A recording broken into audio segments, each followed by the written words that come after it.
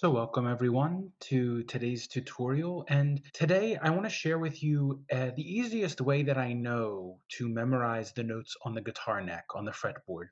So this is a picture of all of the whole notes on guitar, meaning there's no flats or sharps. So this is actually the C major scale because the C major scale has no sharps or flats. Now I don't want to say easy because you have to memorize all of these notes. But there are only essentially 7 notes, right, that keep repeating themselves over and over again. So there are relations between all of the strings and the positions of the notes that can help you memorize them much faster. And also, if you don't know them right off the top of your head, you can learn them by knowing the reference from the strings you have memorized, okay? So I'm gonna show you the way that I learned, and I learned guitar back when we only had books. We didn't have any online. And one of the first books that I learned this from was called Fretboard Road Maps, I think it was called. And just a simple way to relate the whole fretboard. So I'm going to show you that now.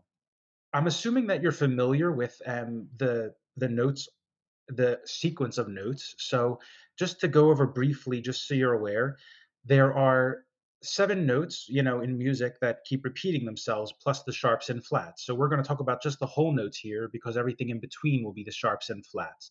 If you don't know anything about the notes, then I would recommend going to how chords are made and how scales are made first. Those are 2 videos that I made that will explain to you whole notes, half steps, and basic guitar theory. There's a playlist called Guitar Theory 101, and there's a video called Guitar Theory for Complete Beginners, and that will go through everything from complete scratch, as if you don't know any of the notes on the guitar. So just briefly, there's notes, let's just say A through A, so A, B, C, D, E, F, G. Those are the notes, and they keep repeating themselves throughout the whole guitar. It goes G, then back to A, and keeps going like that. We talk about whole notes and half steps in that video that I just told you about. So you can check that out if you want. But between E and F, just so you're aware, between E and F and between B and C, there is only one fret. So there's no fret between them. It's just one fret over. So we call this a half step. And between everything else, between all other notes, there is a whole step. See? So there's a fret in between them. So they're 2 frets apart. These are just 1 fret apart. And this is between all of them. So between every one besides those. All right? So just so you know, there's a whole step between everything else, half step between E and F, and that applies everywhere always. Here's another little illustration so you can see that between B and C, there's always a half step, and everything else, there's a whole step. So there's 1 fret in between, or they're 2 frets away from each other. B and C and E and F are always right next to each other. So that's the first thing. And these are little rules to memorize, right? Little things to memorize that they're always the case, and it will make it much easier to memorize everything. In case you're not familiar with the fretboard already, just so you know, the notes repeat themselves at the 12th fret. So the open, playing the strings open, is exactly the same as playing the strings on the 12th fret. They're going to be the same notes. And everything repeats after that. From the 12th fret to the 24th fret, it will repeat itself again. So we're just going to deal with 0 through 12, and then everything is the same on the other half of the neck. So step 1 is memorize the whole 6th string. Okay, there's no easy way around this. We just you just have to memorize those 7 notes. So it's E, F, then G, and again, if you know the order of the 7 notes and the spacing between E and F and B and C, you can just start from the 0 fret, from the open and the 1st fret, and just count your way up. It's always the same sequence.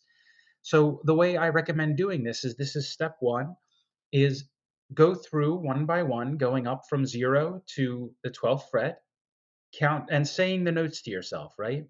E, F, G, A, B, C, D, E, F, G, A, B, C, D, then start going backwards and mixing them up. So either starting from the E, D, C, B, A, G, F, E, and going backwards like that, and then just randomly putting your finger on a fret, right? 3, 5, 7, 8, 10, any fret, and then start counting backwards or forwards from there. Or just put your finger on and name the fret.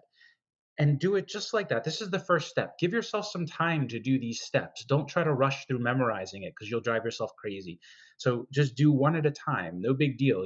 Take your time. You can do this pretty quick though if you take your time and just follow these steps and really get one solid and memorize it first and then move on to the next. So you only have to memorize 2 to 3 strings like this, and everything else is relative. All right. Everything else will relate in a way that you can know what the notes are. So, step one, memorize the sixth string and memorize it well enough that you can just put your finger somewhere and know what the note is. So, practice like that. First, do it like this in order, and then start randomly putting your finger on notes and memorize that. Okay. That is step one.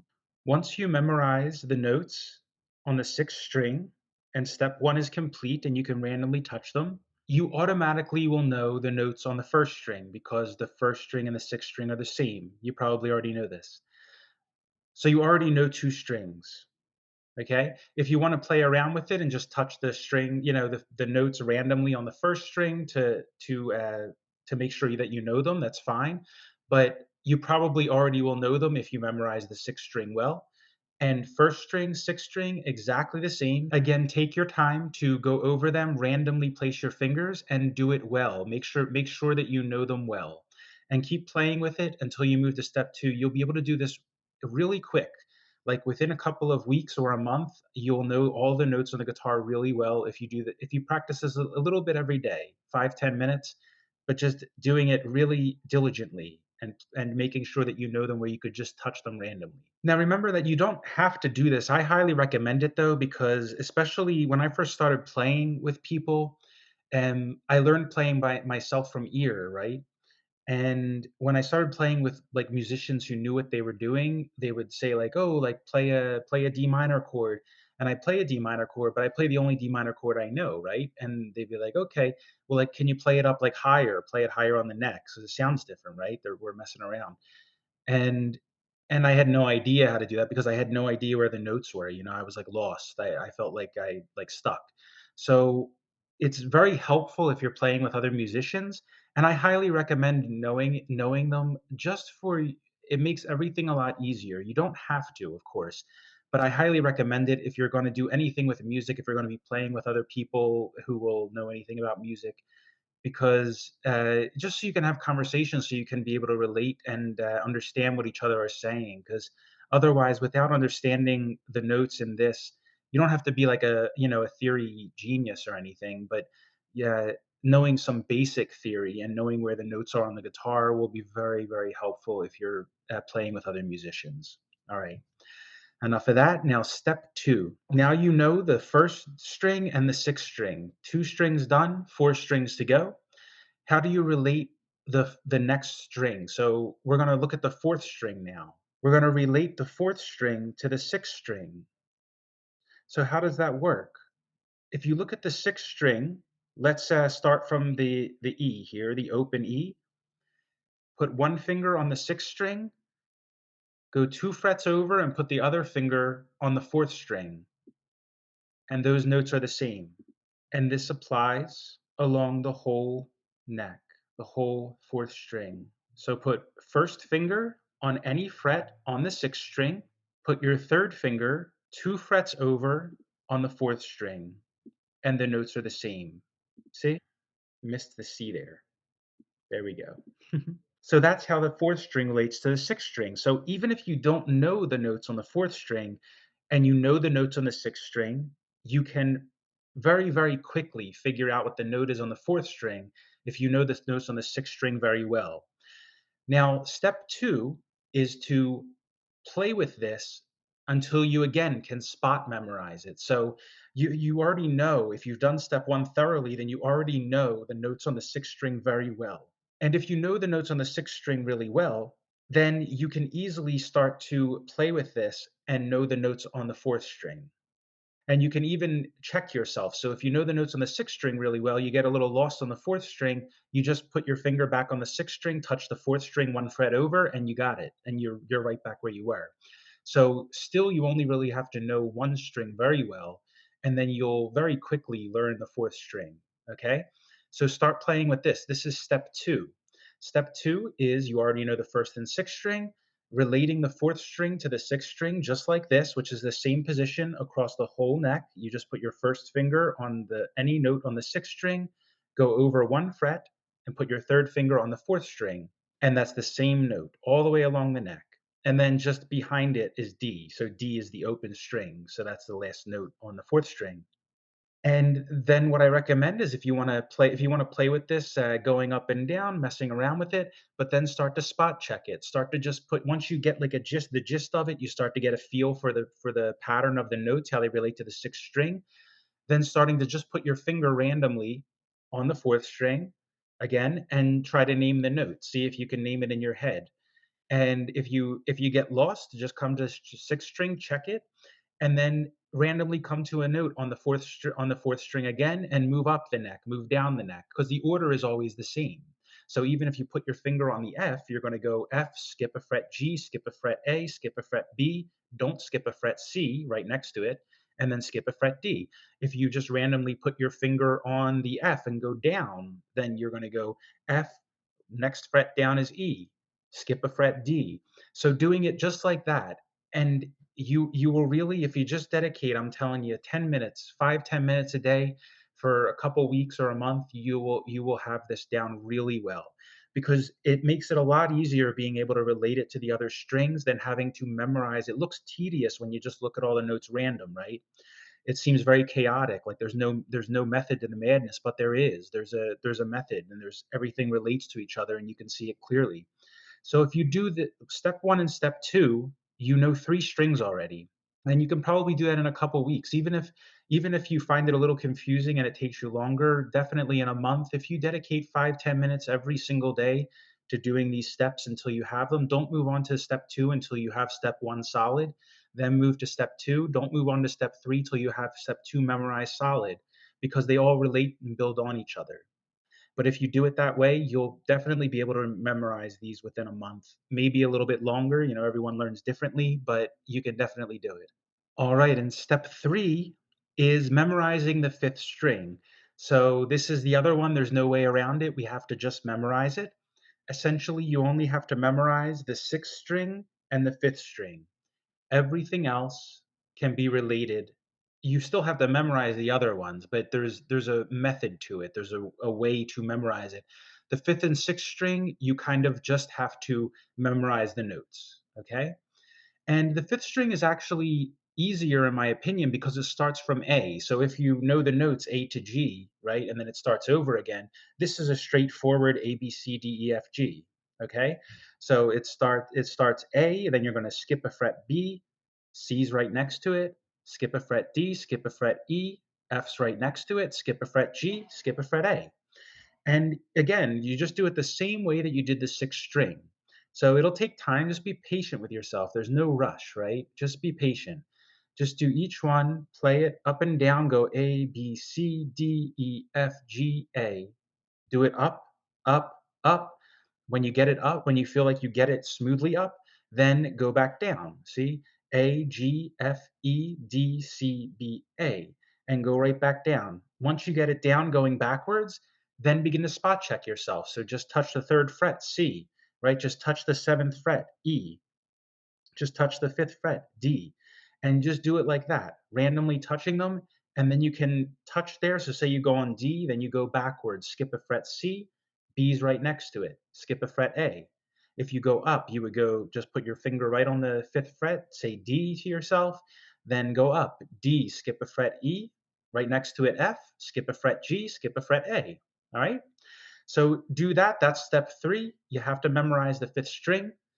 Once you do that, then you know the sixth string, fifth string, fourth string, and first string. You know all 4 strings already, and the next one's also going to be one of those relatable ones. So the third string relates to the fifth string. I'll show you that now. Fifth string relates to the third string in the same way that the sixth string relates to the fourth string. See? So there is a method to it, and there's a quicker way to figure it out. So once you know the fifth string, you know the third string. And again, you're going to play around with it, spot check yourself. So you're going to put your first finger on any fret on the fifth string, then skip a fret, put your third finger on the fret on the third string, skip a fret, put your finger on the third string, and that's the same note always, all the way up and down the neck.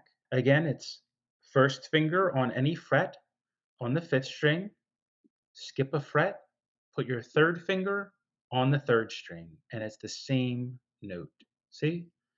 All the way up, all the way down, same thing. So this is how it relates in the same exact way that the sixth string relates to the fourth string.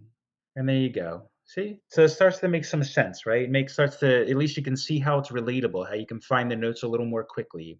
And I would recommend you do the same thing with this one, right? With the third string. So again, when you find the notes, they're just gonna G is just gonna be the open on the third string. That's the only one that's not covered there with the fingers. And you're just going to memorize the third string by playing around like this. So again, you memorize the notes on the fifth string really well. That was step 3. Step 4 is to relate the fifth string to the third string by that position with the fingers, first finger, third finger, and play around with it like that. Once you get a feel for where they are, right, where the notes are in relation to the fifth string, then you start to see it a little more clearly and start to go up. So just going up, up from whatever note you touch, down from whatever note you touch, randomly touch the notes, begin to memorize that way, like just randomly touching the second fret, the fourth fret, the fifth fret, and moving up C, D, E, F, G, and down C, B, A, G, and working that way. So this is again step 4. Remember, give yourself time for each of these steps, because once you memorize this step, then you only have one more string to memorize. And the last and final step to memorize the notes on the fretboard is the second string. Now, there's 2 ways you can do this, I find the easiest way, you only really need to memorize at first, initially, 2 strings, which is the sixth and the fifth, and everything else relates from there. Now, once you know the third string, once you know the fourth string, you can relate the second string to the fourth string in the same way that we related the sixth string to the fourth string and the fifth string to the third string. The fourth string relates to the second string. It's only slightly different. You skip 2 frets instead of 1. Now, you can do it that way if you want to. I find it helpful to use that. You can also just memorize the second string, and then you only need to memorize 3 strings and you know all 6 strings. But the way I'm going to show you here is that it relates in the same way as the others. So the fourth string relates to the sixth string you put first finger on any fret on the fourth string, skip 2 frets, put your pinky or your third finger, however your reach is, on the fret on the second string. So first finger on the fourth string, skip 2 frets, put your finger on the second string, your pinky on the second string, and that's the same note always. So D, E, F, G, A, and B. So there you go. And of course, like we said before, nothing's going to be simple, right? Because you still have to memorize all the notes on the fretboard.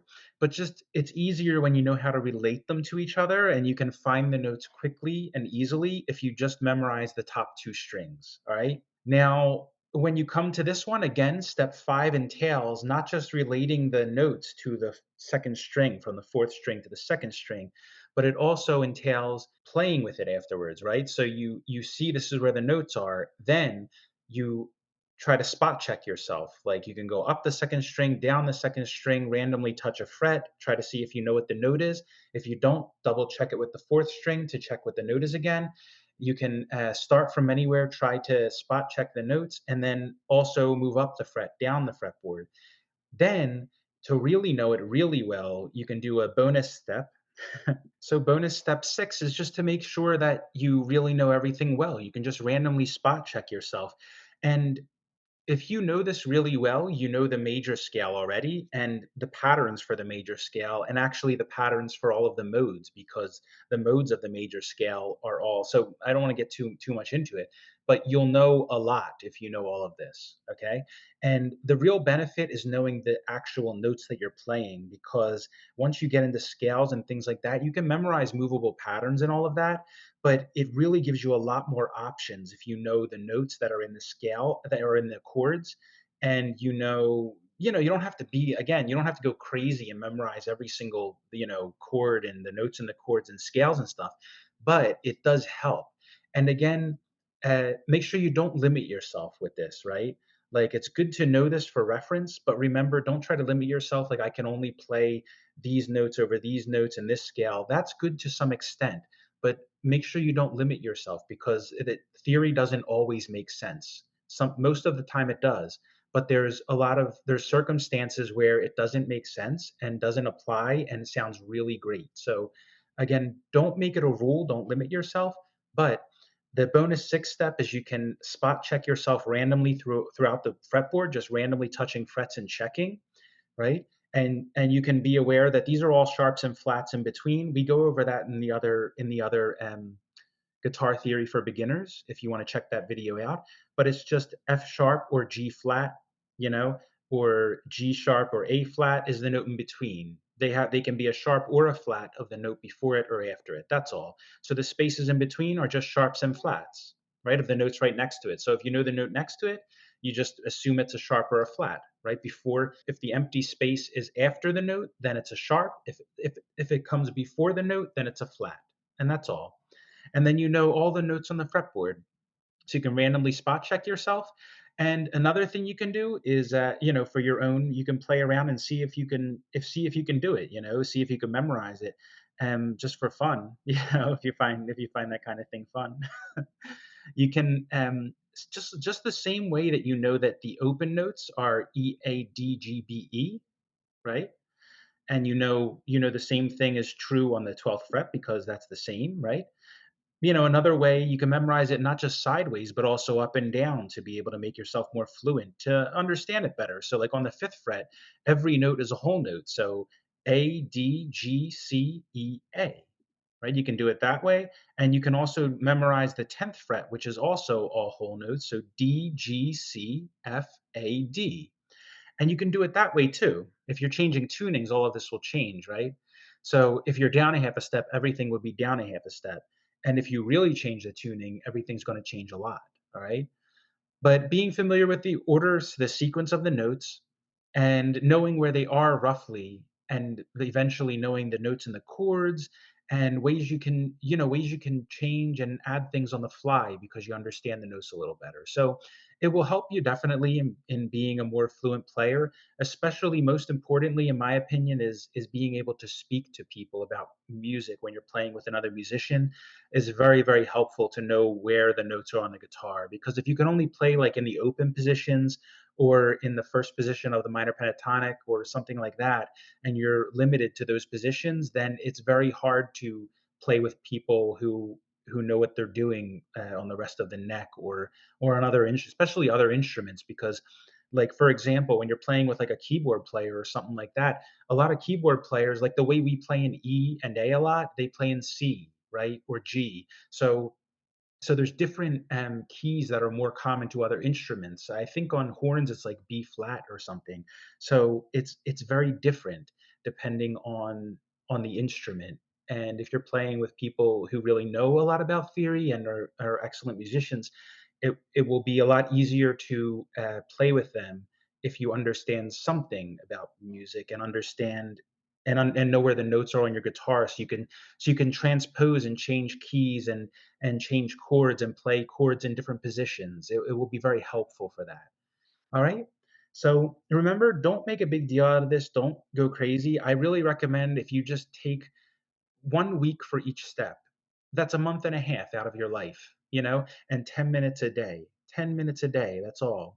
I really believe in less is more, but consistency. So consistency is the most important thing, and it can be a little bit, doesn't matter how little bit. So 10 minutes, if you memorize, just take step one, 10 minutes a day for 1 week.